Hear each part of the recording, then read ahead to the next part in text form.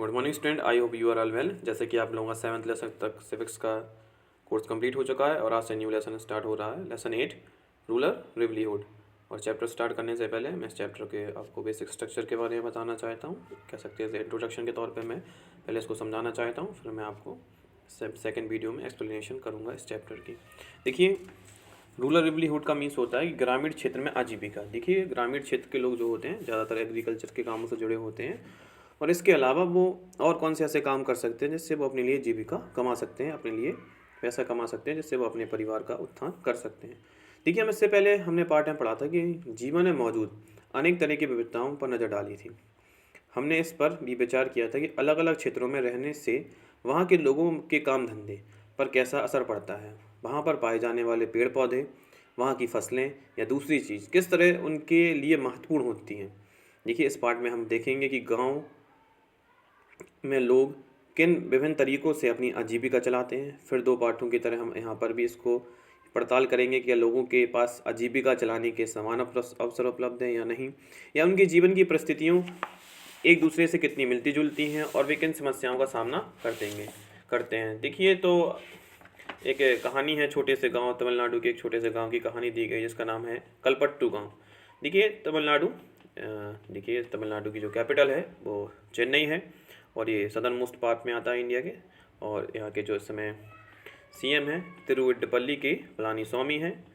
और इससे पहले जो यहाँ तमिलनाडु की जो सीएम थी वो थी जयललिता। उनके देहांत के बाद पलानी स्वामी को तमिलनाडु का मुख्यमंत्री बनाया गया था। देखिए, ये जो स्टेट है तमिलनाडु एक डेवलप्ड स्टेट में से आता है इंडिया के, और कह सकते हैं तो इंडिया के ये सबसे विकसित स्टेट में से एक है। यहाँ पे उत्तर प्रदेश की तुलना में यहाँ के किसान थोड़े आर्थिक रूप से अधिक मजबूत हैं और यहाँ के किसानों की आर्थिक स्थिति भी काफ़ी अच्छी है। देखिए, तमिलनाडु एक समुद्र तट के पास एक गांव है जिसका नाम है कलपट्टू। यहाँ के लोग कई तरह के काम करते हैं। दूसरे गांवों की तरह यहाँ भी खेती के अलावा कई काम होते हैं, जैसे टोकरी, बर्तन, घड़े, ईंट, बैलगाड़ी इत्यादि बनाना। कलपट्टू में कई लोग नर्स, शिक्षक, धोबी, बुनकर, नाई, साइकिल ठीक करने वाले और लोहार के रूप में भी अपनी सेवाएं देते हैं। कह सकते हैं कि यहाँ जो जितना वर्क होता है उसे हम हैंडीक्राफ्ट वर्क के रूप में देख सकते हैं एग्रीकल्चर के अलावा। यहाँ कुछ दुकानदार और व्यापारी भी हैं। जो मुख्य गली है वह बाजार की तरह दिखती है। इनमें आपको तरह तरह की कई छोटी दुकानें भी दिखेंगी, जैसे चाय, सब्जी, कपड़े की दुकान तथा 2 दुकानें बीज और खाद की भी हैं। 4 दुकानें चाय की भी हैं जहाँ टिफ़िन भी मिलता है। यहाँ टिफ़िन का मतलब है खाने पीने की हल्की फुल्की चीज़ें, जैसे सुबह इडली, डोसा, उपमा मिलता है। देखिए, हमारे यहाँ नाश्ता कुछ डिफरेंट होता है। देखिए, और यहाँ साउथ इंडिया में थोड़ा, आपने पहले लेसन में पढ़ा था डाइवर्सिटी की। देखिए, मैंने आपको बताया था कि भारत में हर एक 100 किलोमीटर में लोगों की लैंग्वेज बदल जाती है और लोगों का खाना पीना बदल जाता है। तो देखिए, हम तमिलनाडु की बात करें तो इंडिया के साउथ वाले हिस्से में आता है। तो यहाँ का जो सुबह का नाश्ता होता है, जैसे इडली हो गया, डोसा हो गया, उपमा हो गया, और शाम के नाश्ते के तौर पर ये बड़ा और मैसूर पाक भी मिलता है। देखिए, मैसूर पाक एक बहुत फेमस मिठाई है यहाँ पे, क्योंकि ये तमिलनाडु में एक शहर है मैसूर। यहाँ पे जो मैसूर पाक मिलता है बहुत ही फेमस है, यहाँ तक कि इंडिया के अलावा दूसरे देशों में भी बहुत फेमस है ये मैसूर पाक। चाय की दुकानों के पास एक कोने में एक लोहार का परिवार रहता है। उसके घर में ही लोहे की चीज़ें बनाने का काम होता है। बगल में एक साइकिल मरम्मत की एक दुकान है, वहाँ साइकिल किराए पर ही मिलती है। गांव में 2 परिवार कपड़े धोकर अपनी आजीविका चलाते हैं।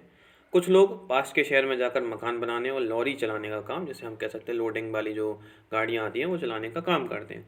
गांव में छोटी छोटी पहाड़ियों से घिरा हुआ है, सिंचित ज़मीन है, पर मुख्यतः यहाँ पे बारिश अधिक होती है तो यहाँ पे धान की खेती ऑब्वियसली होगी। ठीक है, ज़्यादातर परिवार खेती के द्वारा अपनी आजीविका कमाते हैं। यहाँ पर नारियल और कॉफ़ी के भी बाग है। देखिए, जो आपको बता दूँ, सब कैश क्रॉप के बारे में चर्चा हुई है तो जो सबसे महंगी कैश क्रॉप है वो है कॉफ़ी।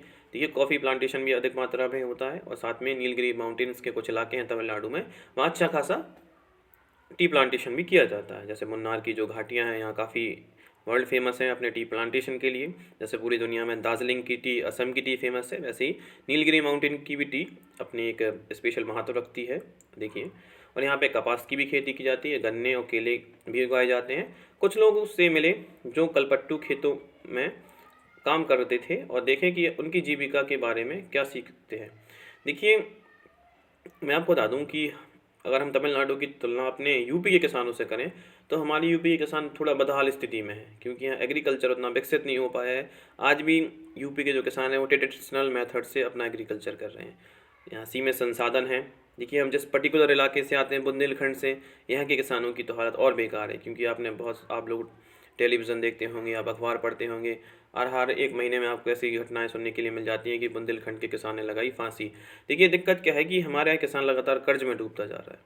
देखिए जो ज़मीनें हैं, जब ज़मीनें तो उनके पास उपलब्ध है, लेकिन जब बारिश के पर्याप्त संसाधन हैं, क्योंकि जब बारिश होती है तो उनका एग्रीकल्चर अच्छा होता है, लेकिन पानी के जो पर्याप्त संसाधन हैं उनके पास उपलब्ध नहीं है। क्योंकि आप कहते हैं कि फुल्ली जो एग्रीकल्चर है हमारे इलाके का वो बारिश के ऊपर या मानसून के ऊपर डिपेंड रहता है। अगर अच्छी बारिश होती है तो एग्रीकल्चर अच्छा होता है, अगर अच्छी बारिश नहीं होती तो ऐसे सूखा इलाका घोषित कर दिया जाता है या सूखाग्रस्त हो जाता है ये इलाका।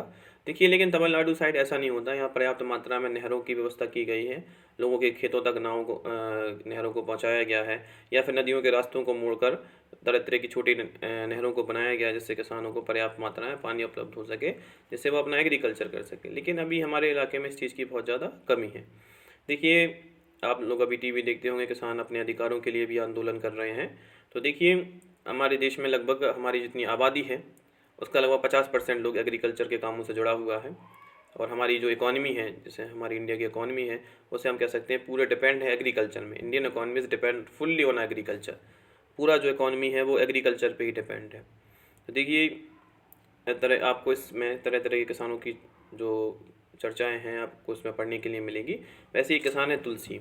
देखिए हम सब यहाँ रामलिंगम की ज़मीन पर काम करते हैं। देखिए कुछ किसान आपने सुना होगा, गांव में कुछ ऐसे लोग होते हैं जिनके पास खेती के लिए अधिक ज़मीनें होती हैं, तो वो लोग जो गरीब लोग होते हैं जिनके पास खेती करने के लिए ज़मीन नहीं होती, तो उनकी ज़मीन को बटाई पर ले लेते हैं, कुछ पैसों में या कुछ गेहूं के बोरों पर। तो देखिए उसके परिवार के पास कलपट्टू में 20 एकड़ धान के खेत हैं। शादी से पहले भी मायके में धान के खेतों में की मजदूरी करती थी।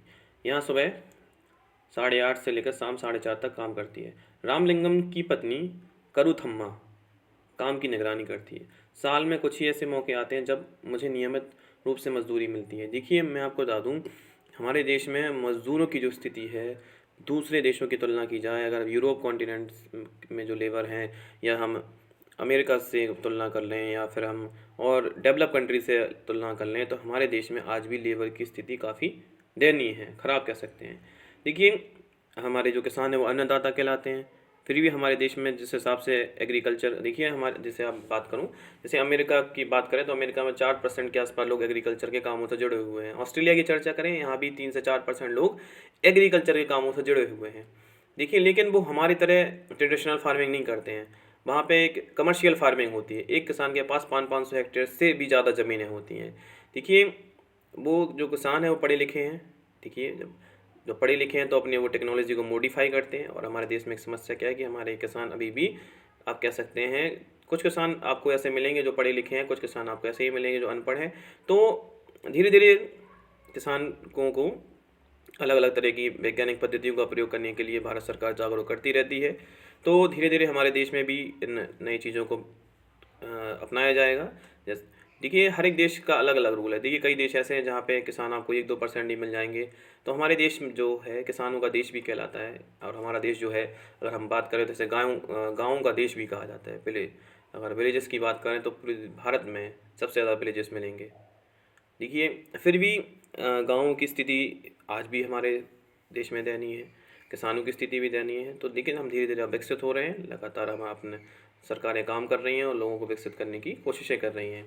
देखिए वैसे ही मैं आपको कहानी बता रहा था करुथम्मा की, और उनकी कहानियों की आगे बढ़ा जाए। साल में कुछ ऐसे ही मौके आते हैं जब उन्हें नियमित रूप से मजदूरी मिलती है। यह उन मौक़ों में से एक है जब धान रोप रही हूँ। जब धान की फसल थोड़ी बढ़ जाएगी तो रामलिंगम हमें नराई के तौर पर बाद में कटाई के लिए बुलाएगा। देखिए आज भी जो गांव हैं वो अभी भी वहाँ विकास नहीं हो पाया है, इसके लिए ज़्यादातर लोग पलायन करते हैं। इसलिए शहरों की जो पॉपुलेशन है वो डे बाई डे ग्रो हो रही है। देखिए जो गांव है वो अब लगातार, जो गांव के लोग हैं वो शहरों की ओर भाग रहे हैं। इसलिए शहरों की ओर भाग रहे हैं कि शहरों में उन्हें विभिन्न प्रकार की सुख सुविधाएँ भी मिल जाती हैं। क्योंकि जो गाँव है आज भी, हम अगर सोचें गाँव की स्थिति, तो बहुत पिछड़ेपन है गाँवों में। तो इसलिए, लेकिन अगर उत्तर प्रदेश और हम तमिलनाडु की दोनों गाँवों की अगर तुलना कर लें तो तमिलनाडु के जो गाँव हैं वो यूपी के गाँव से काफ़ी विकसित नज़र आएंगे आपको। क्योंकि यहाँ पे अच्छी खासी, देखिए हमारे इलाके में जो लोग एग्रीकल्चर में चीज़ें प्रोडक्शन करते हैं, उनकी कोई ज़्यादा कॉस्ट नहीं। यहाँ पे कॉफ़ी प्लांटेशन होता है जो महंगा है, यहाँ पे राइस प्लांटेशन भी होता है। देखिए, क्योंकि यहाँ पे एक तो यहाँ पे पर्याप्त मात्रा में बारिश होती है, तो लोगों को यहाँ पानी की भी कोई प्रॉब्लम नहीं होती है। तो देखिए, तो मैं इस इंट्रोडक्शन को मैं ही ख़त्म करता हूँ, और मैं आपको इस चैप्टर की सेकंड पार्ट में आपको रीडिंग करके बताऊँगा और समझाऊँगा, और भी नई चीज़ों के बारे में आपको बताऊँगा। Thank you.